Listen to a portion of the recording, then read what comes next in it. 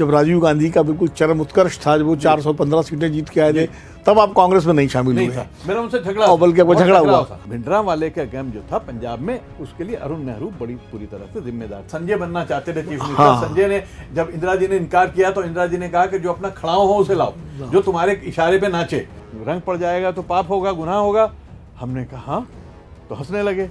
बोले मियाँ, अगर पड़ोसी की खुशी में शामिल नहीं होगे तो पाप होगा, पड़ोसी के गम में शामिल नहीं होगे तो बहुत बड़ा अल्लाह तुम्हें माफ नहीं करेगा। जाओ। वक्फ बोर्ड में जितने लोग रखे गए वो सरकार की मर्जी से रखे गए, स्टेट गवर्नमेंट या सेंट्रल गवर्नमेंट, और वहां पे कभी ईमानदार अच्छे लोगों को नहीं रखा गया। मोदी जी को कटघरे में खड़ के एक एक सवाल उनसे पूछा कि आप कहाँ थे जब ये हुआ, और आप लाशें क्यों आई अहमदाबाद, और 3 दिन क्यों लगे आर्मी को आने में, और क्या हुआ, सारी चीजें बहस, उनसे पूरी बहस की। नमस्कार, अमरउजाला.com के मेरे कार्यक्रम खरी बात में आपका स्वागत है। हर बार की तरह इस बार भी हम रूबरू हैं एक नए मेहमान के साथ, कुछ मौजूद विषयों पर बातचीत करने के लिए, क्योंकि इस वक्त देश का जो माहौल है, उस माहौल में कुछ खट्टा भी है, कुछ मीठा भी है। तो उस खट्टे मीठे माहौल पर हम बात करेंगे। हाल ही में होली गुजरी है, होली को लेकर के तमाम तरह की शंकाएँ आशंकाएँ हमने देखी, लेकिन फिर भी बहुत बेहतर तरीके से शांतिपूर्वक ज़्यादातर इलाकों में होली मनाई गई। इसके अलावा औरंगजेब को लेकर एक विवाद चल रहा है, जिसमें पूरा महाराष्ट्र इस वक्त उसको लेकर गर्म है। प्रधानमंत्री नरेंद्र मोदी अमेरिका से लौट के आए, उनका बड़ा लंबा पॉडकास्ट आया। ट्रंप के आने से पूरी दुनिया में हलचल है।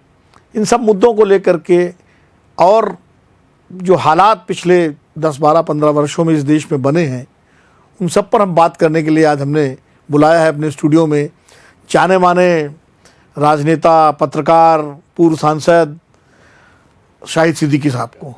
शाहिद सिद्दीकी साहब, बहुत बहुत अभिनंदन है, स्वागत है आपका इस हमारे कार्यक्रम में आने का। आपने वक्त निकाला है, और आप तो हमारी बिरादरी के भी हैं, मतलब पत्रकार बिरादरी के हैं। मूलतः तो आप जर्नलिस्ट हैं, उसके बाद आप सियासी बने, सहाफ़ी से सियासी बने आप।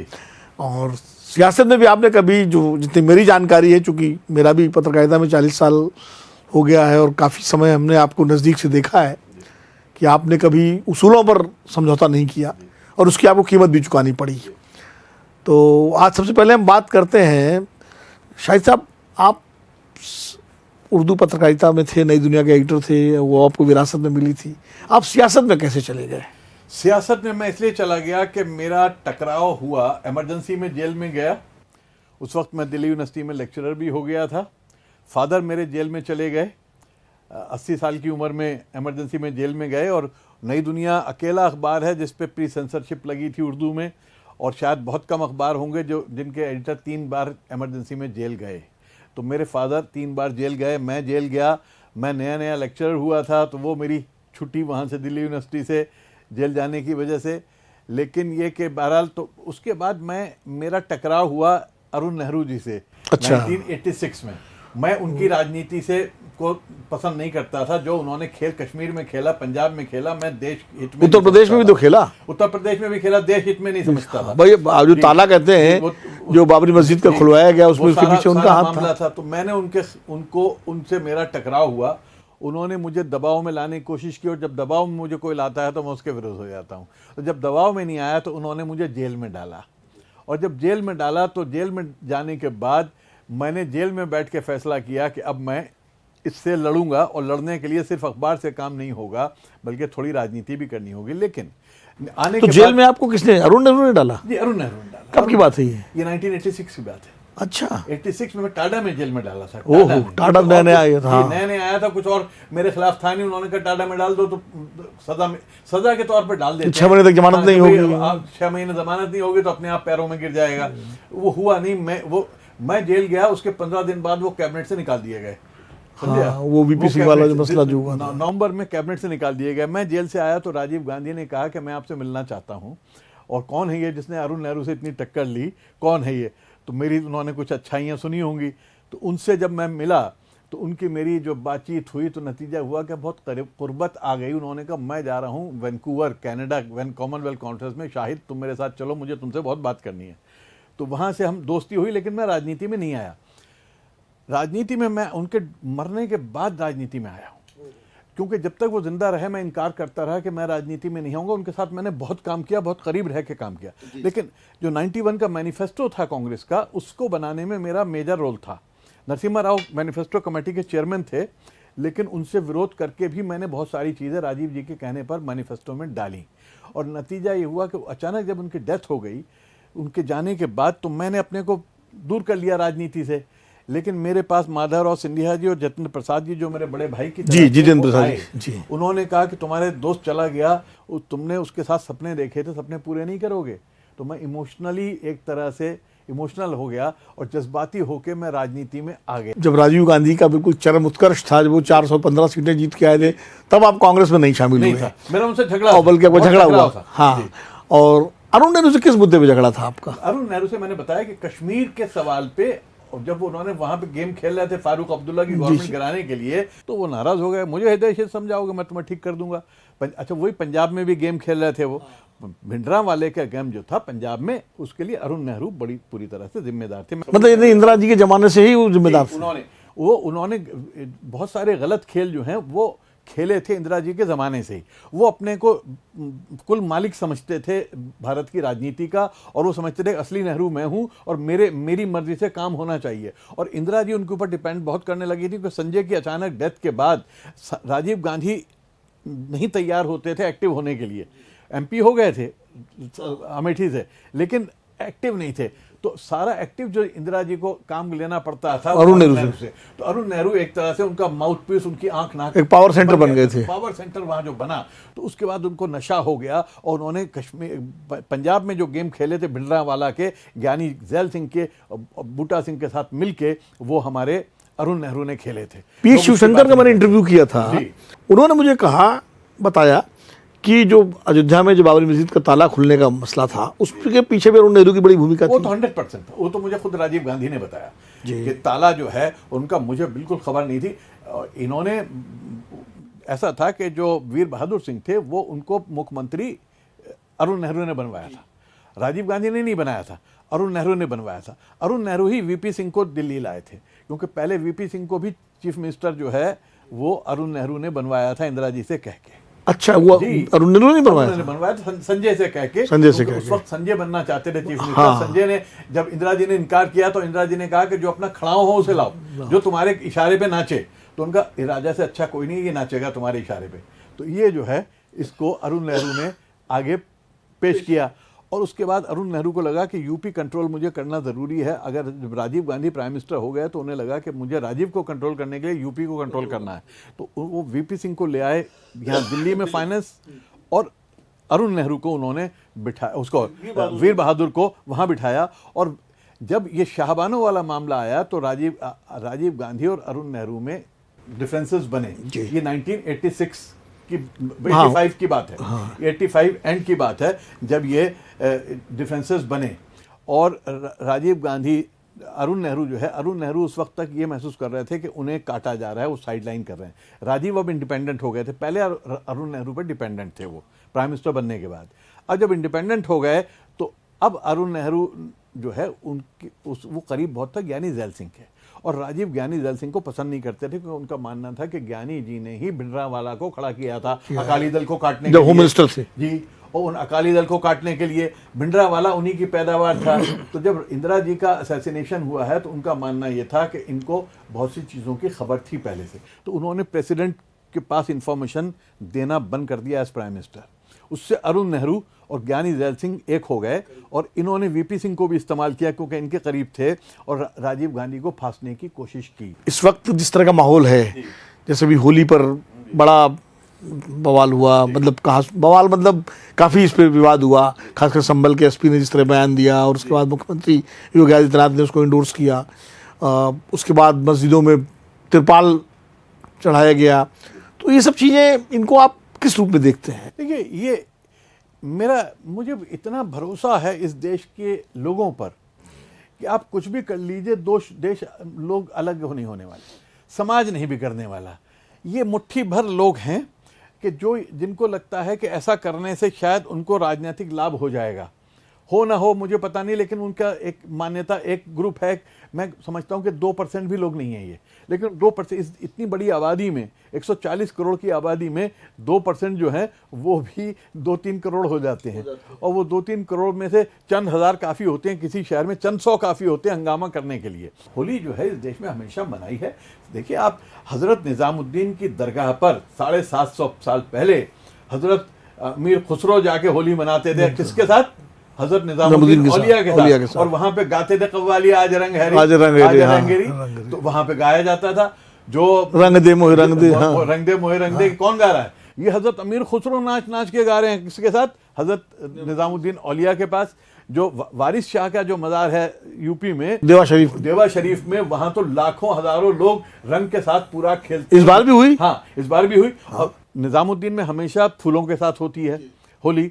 और मैं आपको एक अपना पर्सनल वाक़या बताता हूँ कि बचपन में हम बल्ली मारान में रहते थे, तो मुस्लिम मोहल्ला था, तो वहाँ ज़्यादा होली नहीं होती, लेकिन फिर भी हम लोग होली खेलते थे। तो हम जब निज़ामुद्दीन में आए, निज़ामुद्दीन ईस्ट में, मेरे वालिद मौलाना थे दारुल उलूम देवबंद के, वन ऑफ द फाउंडर्स और बहुत उसके आलिम आदमी। तो घर के अंदर हम होली, जिस दिन शिफ्ट हुए उसके अगले दिन होली थी, तो बाहर शोर मच रहा था, लोग नाच रहे थे, गा रहे थे, ढोल बज रहे थे। तो वालिद हमारे बोले, भाई बाहर शोर हो रहा है बहुत, क्या हो रहा है? हमने कहा होली हो रही है। बोले अच्छा, तो आप लोग घर में बैठे हो? हमने कहा अब्बा मियाँ घर में बैठे हैं। बोले अच्छा, रंग पड़ जाएगा तो पाप होगा, गुनाह होगा? हमने कहा हाँ। तो हंसने लगे। बोले मियाँ अगर पड़ोसी की खुशी में शामिल नहीं होगे तो पाप होगा, पड़ोसी के गम में शामिल नहीं होगे तो बहुत बड़ा अल्लाह तुम्हें माफ़ नहीं करेगा, जाओ। तो हम सारे भाई बहनों को, मेरी बहनें भी थी मुझसे बड़ी, सबको उन्होंने कहा जाओ बाहर जाके होली खेलो। तो ये है सही मानों में इस्लाम, ये है। लेकिन आज जो एक छोटी सब तबीयत का मौलवी है, वो कहता है कि रंग पड़ जाएगा तो अल्लाह मियाँ काट लेंगे यहाँ से, और जो छोटी तबीयत का हिंदू है वो ये समझता है कि मुझे होली हिंदू पे नहीं रंग लगाना, मुझे तो जाके मुसलमान को ही लगाना है। मैं होली किसी अपने भाई के साथ, चचा के साथ, मामा के साथ नहीं खेलूंगा, मैं तो मौलवी साहब को जाके रंग लगाऊंगा अगर वो नमाज पढ़ने जा रहे हैं। मैं तो मंदिर में जाके नहीं होली खेलूंगा, मैं दिवाली मंदिर में नहीं मनाऊंगा, मैं अपना कोई त्यौहार जो है अपने घर में नहीं मनाऊंगा, मैं मिठाई नहीं बांटूंगा, मैं तो जाके वहां पे हंगामा करूंगा, मस्जिद के ऊपर हमला करूंगा। तो ये जो तिरपाल का भी सिलसिला शुरू हुआ है, ये तो अभी 2-4-5 साल से है। वैसे तिरपाल मतलब मुझे नहीं याद पड़ता इस तरह बड़े स्केल पे तिरपालों से मस्जिदें ढकी गई। ये तो अभी चंद साल पहले से हाँ, जी, एक आध जगह पर रंग फेंका गया तो वहां पे मुसलमान भी नाराज हुए कि साहब अरे दीवार पे रंग गिर गया तो तुम पुताई करते हो नहीं, सफेद पुताई करते हो, नीली रंग ही होता है, वो भी रंग होता है, वो भी रंग होता है। तो उससे रंग से क्या हो रहा है? हरा रंग जो भी क्या है कि आज लोगों को ना धर्म का पता है ना दीन का पता। हाँ, तो रंग का सारा कारोबार तो ज्यादातर मुसलमान करते हैं, रंग का कारोबार, गुलाल का कारोबार भी, बाकी जो पटाखों का सिलाई है, सारी चीजें मुसलमान। देखिए इस देश में आप नहीं तोड़ सकते, इस तरह से सब बंधे हुए हैं। ताज़ा विवाद शुरू हो गया औरंगजेब को लेकर के, और महाराष्ट्र तो गर्म है पूरा राजनीति। वहाँ अबू आजमी साहब ने एक बयान दे दिया, उसके बाद जो है अब मांग हो रही है औरंगजेब की कब्र जो है ख़त्म उखाड़ी जाए, उसको हटाया जाए। तो ये मतलब इसको किस रूप में देखते हैं? हमारे देश में जो हर तीसरे महीने इलेक्शन होता है, उस इलेक्शन को जिंदा रखने के लिए आपको कोई औरंगजेब चाहिए। तो ये औरंगजेब देश की ज़रूरत नहीं है। इसलिए ये जो सारा खेल चल रहा है ये औरंगजेब वगैरह का, मैं ये समझता हूँ कि इस देश को पीछे की तरफ ले जा रहा है। मुग़ल जो है मुट्ठी भर थे, चंद हज़ार थे। मुसलमान जो आम मुसलमान था उसका इन्वॉल्वमेंट नहीं था सरकार चलाने में। सरकार चलाने में फाइनेंसेस जो थे वो बनियों के पास थे, सेठों के पास थे। जो मुग़ल फाइनेंस था सारा ये बनियों के पास था। मुग़ल जो फौजें थी वो सारे राजपूतों के पास थी, सारे उनके जनरल राजपूत थे। तो इस देश पे कभी मुसलमानों का राज नहीं रहा, इस देश में मुग़लों का राज नहीं रहा। इस देश पे राज किया कोलिशन ने, अपर कास्ट की, मुस्लिम अपर कास्ट और हिंदू अपर कास्ट के बीच में अलायंस बन गया था।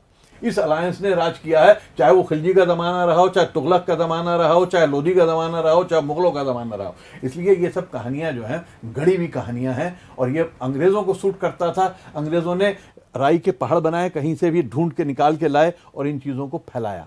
अच्छा, एक मसला अब ये वक्फ का आया, वक्फ कानून का, और चूंकि आप मुस्लिम सियासत से भी बहुत जुड़े रहे हैं लंबे समय तक, आपने बहुत करीब से चीज़ों को देखा है। तो जो सरकार जो वक्फ बिल लाई है, लाने वाली है, और उसमें कुछ अमेंडमेंट्स कर रही है। कहते हैं कि अभी तक जो था उसमें कई दिक्कतें थी जिसकी वजह से वक्फ की प्रॉपर्टी का मिसयूज़ बहुत हो रहा था।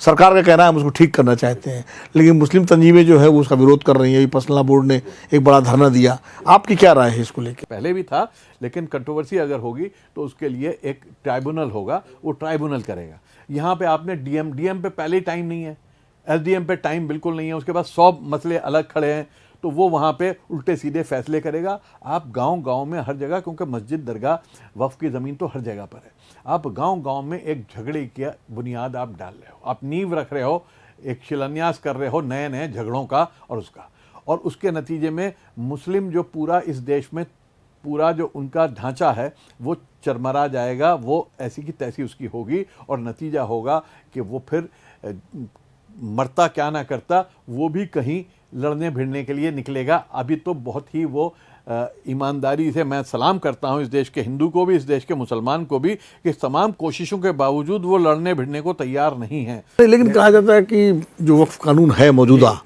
जो 90s में इसमें वो हुआ था, 2013 में आया है, हाँ 13 में अमेंडमेंट हुआ था, उसमें ये अधिकार दे दिया गया कि वक्फ जिस जमीन को कह देगा हमारी जमीन है ये उसकी हो जाएगी।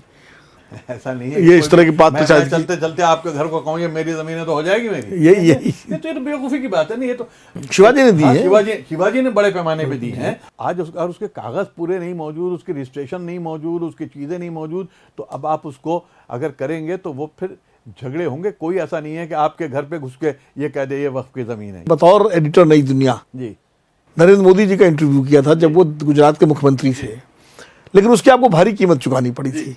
ऐसा क्यों? जब आप तो एज एडिटर आपने इंटरव्यू किया था और आप उसमें समाजवादी पार्टी में थे, तो आपको मतलब पॉलिटिकली आपको कैसा लगा उस वक्त जब आपने इंटरव्यू किया मोदी जी का, और आपको किस तरह से समाजवादी पार्टी ने ट्रीट किया? आपको एक छोटा सा वाकया बताता हूँ। इमरजेंसी में मैंने बताया मेरे पिताजी जेल गए। जी जी। इमरजेंसी के बाद 1977 में मिसेस गांधी किसी मीडिया से बात करने को तैयार नहीं थी, किसी से मिलने को तैयार नहीं थी। सारी दुनिया का मीडिया घूम रहा था कि मिसेस गांधी से बात हो जाए, लेकिन तैयार नहीं थी।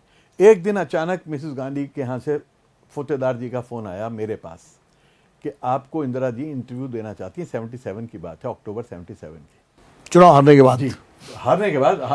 चुनाव तो मार्च में हो गया था, सरकार हाँ, बन गई थी। हाँ। उसके 6 महीने तक वो किसी से बात नहीं की।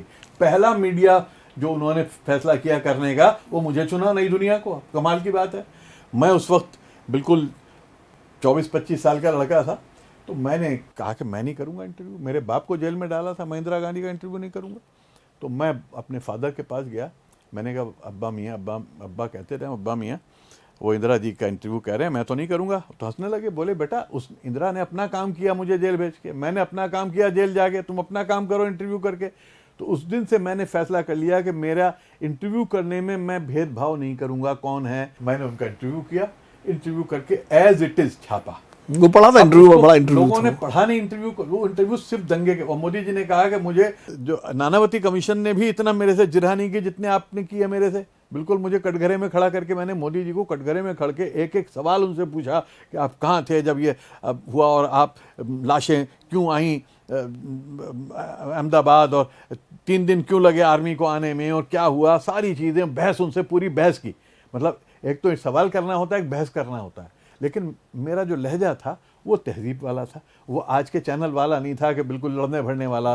तलवार लेके नहीं मैं खड़ा होता, मैं कलम लेके खड़ा होता हूँ, मैं अपना टेप रिकॉर्डर लेके बैठता हूँ। और मोदी जी ने भी पूरे समय से बातचीत की, तो अब वो उन्होंने भी पूरा सुना और हर चीज उसको पढ़े बगैर जिस दिन वो छपा, लोगों ने न देखा ना कुछ। उसकी सुर्खी हेडलाइन ये थी कि अगर मैं गुनहगार हूं तो मुझे फांसी पे लटका दो। हाँ। ये मोदी जी ने कहा। मैंने मोदी जी से ये पूछा कि क्या आप माफी मांगेंगे इस इंटरव्यू के जो दंगा हुआ, आपको मॉरल रिस्पॉन्सिबिलिटी लेनी चाहिए और माफी मांगनी चाहिए। बोले इतने बड़ा कांड हो गया, माफी किस बात की, इतने लोग मर गए, माफी किस बात की। अगर मैं जिम्मेवार हूं तो मुझे फांसी पे लटका दो, नहीं जिम्मेवार हूं तो फिर मैं माफी क्यों मांगू। ये उन्होंने कहा, तो मैं वही सुर्खी बना दी। वही सुर्खी बना दी। तो भाई साहब सुर्खी पढ़ के लोगों ने इस नतीजे पहुंच लिया कि भाई साहब मैं तो मोदी का मैंने क्या फायदा पहुंचा दिया। बस मैंने सुनी नहीं, मैं इंटरव्यू आ गया। इंटरव्यू आने के फौरन बाद मुझे खड़े खड़े पार्टी से निकाल दिया गया और फिर मुझसे कहा गया, आप समाजवादी पार्टी में थे उस समय? समाजवादी पार्टी में था। कहा कि आके माफ़ी मांगे। दोबारा मैं समाजवादी पार्टी में आ गया था, मुलायम सिंह जी और ये लेके गए थे मुझे, आजम खान और अमर सिंह, और दोबारा लेके गए थे। तो मैं वापस चला गया था कि चलो ठीक है, यूपी में मुझे पॉलिटिक्स करनी है। जबकि 2009 में आप बीएसपी से लड़े थे चुनाव, बीएसपी से बिजनौर से। जी बिजनौर से। तो वापस मैं आ गया था, वहाँ बीएसपी से मेरी झगड़ा हो गया था, क्योंकि मैंने बहन जी को कह दिया था कि आप ये पैसे लेके जो टिकट देती हो, इसके नतीजे में आपकी पार्टी खत्म हो जाएगी। और आप ये देख लीजिए कि 2009 के बाद गिरती ही चली गई। फिर आप सपा से निकाल दिए गए। मैं सपा से खड़े खड़े निकाल दिया गया, मुझसे कहा गया कि माफ़ी मांगो, मैंने माफ़ी मांगी नहीं। नतीजा ये कि फिर मेरे बारे में अफवाह उड़ाई गई कि मैं बीजेपी में शामिल होने वाला हूँ। हाँ, ये बहुत चला कि वो साहब जो है, मेरा हाँ। कोई इरादा नहीं था। हालांकि मुझे 2014 में अमित शाह जी ने और पीयूष गोयल ने मुझे बुलाया नाश्ते पे और मुझे कहा कि मोदी जी चाहते हैं कि आप पार्टी में शामिल हो जाएं। ये जनवरी 2014 की बात है, अभी इलेक्शन 3 महीने बाद थे। और मुझे इशारा भी दिया गया कि बहुत आपको महत्व मिलेगा, आप ही फेस हो गए हमारा, जो मुस्लिम एक हमें चाहिए। मार्क्स तो आपको मिलता भी है, अगर आप चले जाते तो मिलता भी। मैंने सोचा तो मैंने कहा मैंने सारी ज़िंदगी जो राजनीति की है वो उस मेरी आइडियोलॉजी के ख़िलाफ़ होगा। देखिए, मुझे दिक्कत नहीं है समाजवादी से कांग्रेस में आने में या कांग्रेस से बीएसपी में आने में। मेरा मानना है कि तीनों की आइडियोलॉजी एक है, सिर्फ आपस की लीडरों की लड़ाई है। आइडियोलॉजिकली तीनों पार्टियां सेम ग्रुप के लिए काम कर रही हैं, दलित, पिछड़ा, गरीब और सोशलिस्ट। ये secular social justice, secular social justice है। तो ये जो फिलॉसफी है, यानी मैंने आइडियोलॉजिकल कभी कंप्रोमाइज नहीं किया। बिल्कुल बिल्कुल। आप सेकुलर पॉलिटिक्स, सोशल जस्टिस की पॉलिटिक्स में काफ़ी लंबे समय से रहे हैं, कांग्रेस में भी रहे, समाजवादी पार्टी में भी, बीएसपी में भी, जनता दल की भी जो राजनीति बनाने में योगदान था। लेकिन क्या वजह रही कि सेकुलर पॉलिटिक्स आज एकदम हाशिए पे पहुंच गई और आज देश पे जिस तरह बीजेपी और हिंदुत्व का वर्चस्व हुआ है राजनीति? बड़ी साफ बात है कि सेकुलर पॉलिटिक्स, अब मैं जहाँ थोड़ा बहुत हूँ वहाँ से भी निकाल दिया जाऊँगा, लेकिन मैं एक बात सच कहता हूँ कि सेकुलर पार्टियों ने सेकुलर राजनीति नहीं की। सो कॉल्ड सेकुलर पार्टियों ने वोट की राजनीति की, मुस्लिम वोट की राजनीति की, हिंदू वोट की राजनीति की, कास्ट वोट की राजनीति की, परिवार की राजनीति की। उन्होंने ईमानदारी से आइडियोलॉजिकल राजनीति नहीं की। शुरू में जो लोहिया जी का ज़माना था या जयप्रकाश नारायण का ज़माना था, उस वक्त आइडियोलॉजिकल पॉलिटिक्स हुई। लेकिन जनता पार्टी जब बनी है आइडियोलॉजिकल थी, लेकिन वहाँ से जो निकले, चाहे वो जॉर्ज फर्नांडीज हों, चाहे वो रामविलास पासवान हों, चाहे वो मुलायम सिंह, लालू, नीतीश कुमार, ये सब इन्होंने आहिस्ते आहिस्ते आइडियोलॉजी को पीछे फेंक दिया, समाजवाद की आइडियोलॉजी को भी और सेकुलरिज्म की आइडियोलॉजी को भी। सेकुलरिज्म का नारा सिर्फ मुसलमान की शक्ल देख के लगता है। मेरा मानना है कि सेकुलरिज्म मुसलमान को नहीं चाहिए, हिंदुस्तान को चाहिए। क्योंकि कोई देश तरक्की नहीं कर सकता जो सेकुलर नहीं है। क्योंकि मॉडर्न होने के लिए, आपको इंडस्ट्रियलाइजेशन के लिए, अर्बनाइजेशन के लिए, बड़े शहर बनाने के लिए, आपको आगे बढ़ने के लिए आपको सेकुलर होना ज़रूरी है। आज सऊदी अरब को भी सेकुलर होना पड़ रहा है, उन्हें पता है कि हम नहीं आगे बढ़ पाएंगे। जो एक हिंदू राष्ट्र था नेपाल, उसको भी सेकुलर होना पड़ा। जो धार्मिक देश है पाकिस्तान, वहाँ पे अब रो रहे हैं सब धार्मिक होके, जब तक कि वहाँ पे भी कह रहे हैं सेकुलरिज्म लाओ, नहीं तो हम तो बर्बाद हो जाएंगे, पाकिस्तान बर्बाद हो जाएगा। और मैं कहता हूँ पाकिस्तान बर्बाद है जब तक वो सेकुलर नहीं होंगे, लोकतांत्रिक नहीं होंगे। अगर आप पक्षपात, हमारा संविधान भी तो यही कहता है, अगर आप पक्षपात कर रहे हैं, मैं तो संविधान से ऊपर उठ के बात कर रहा हूँ, भारत के संविधान की नहीं, मैं पूरी दुनिया की बात कर रहा हूँ। मैं क्योंकि राजनीति शास्त्र पढ़ाई है, मैंने पॉलिटिक्स पढ़ाई है, तो मेरा मानना यही है कि हमें बगैर सेकुलरिज्म के हिंदुस्तान आगे नहीं जा सकता। नहीं, मैं कह रहा हूँ कि इस लिहाज से तो कम्युनिस्ट पार्टियां सबसे ज़्यादा सेकुलर हैं। कम्युनिस्ट पार्टियां सेकुलर हैं, लेकिन उनका सेकुलरिज्म वो नहीं है जो भारत का सेकुलरिज्म होना चाहिए। अच्छा, इसमें क्या फ़र्क है? उनका फ़र्क यह है कि वो धर्म से दूर हटके, देखिए सेकुलरिज्म जो है, यूरोपियन सेकुलरिज्म था कि चर्च और स्टेट में अलग अलग हो गए। भारतीय जो सेकुलरिज्म बना, जो महात्मा गांधी का है, जो मौलाना आज़ाद का है, जो पंडित जवाहरलाल नेहरू का है, सरदार पटेल का है, वो डॉक्टर अम्बेडकर, वो लोकतंत्र है कि पक्षपात धर्म के आधार पर नहीं होगा। स्टेट का कोई धर्म नहीं होगा, लेकिन स्टेट धर्म विरोधी भी नहीं होगा। सब धर्मों को बराबर ट्रीट किया जाएगा और बराबर तरक्की करने की माहौल होगा। तो ये वाला जो सेकुलरिज्म है, सर्वधर्म संभाव, ये सर्वधर्म संभाव जो है, ये भारत का सेकुलर की आत्मा है। एक सवाल आमतौर पर ये उठता है कि इस देश में माइनॉरिटीज़ कई हैं, मुस्लिम्स हैं, सिख हैं, क्रिश्चियंस हैं, जैन्स हैं, बौद्ध हैं, पर्शियन हैं, अलग अलग नंबर के हिसाब से।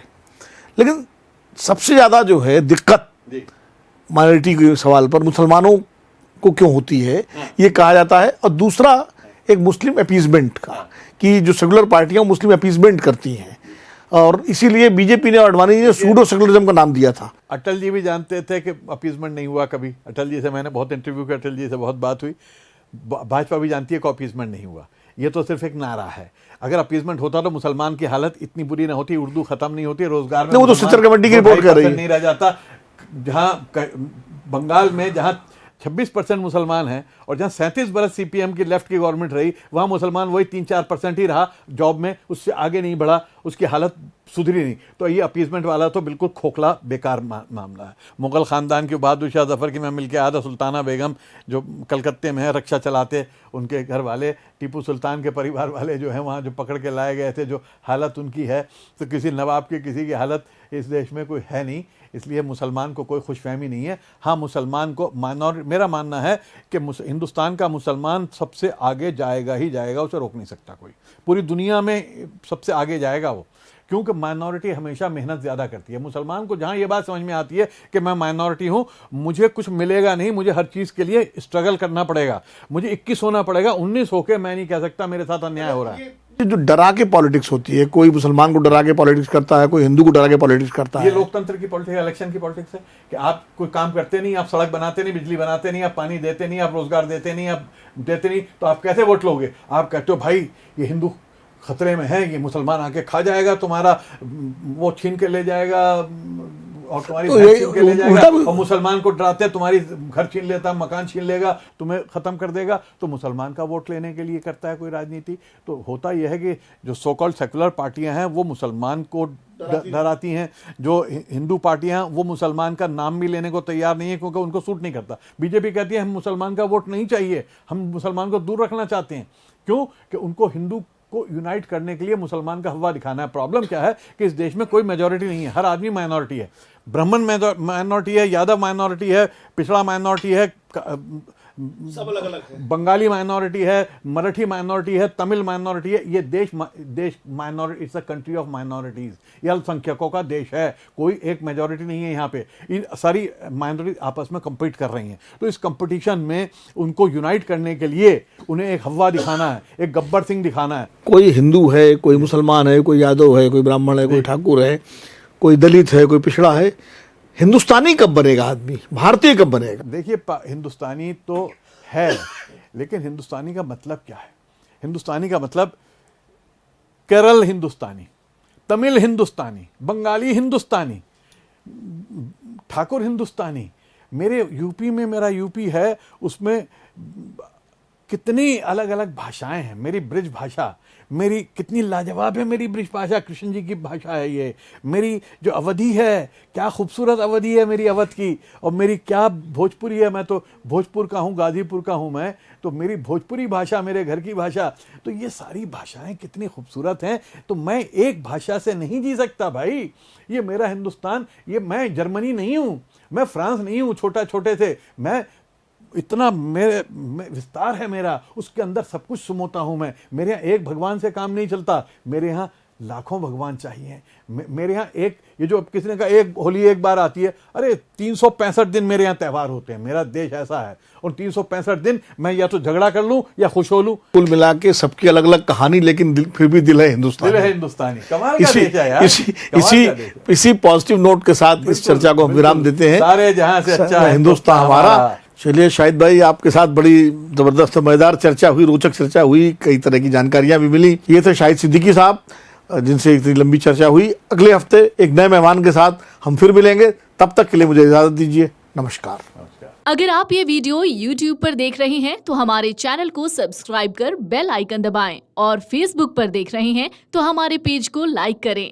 8 मिलियन प्लस सब्सक्राइबर, आपके इस भरोसे के लिए बहुत धन्यवाद।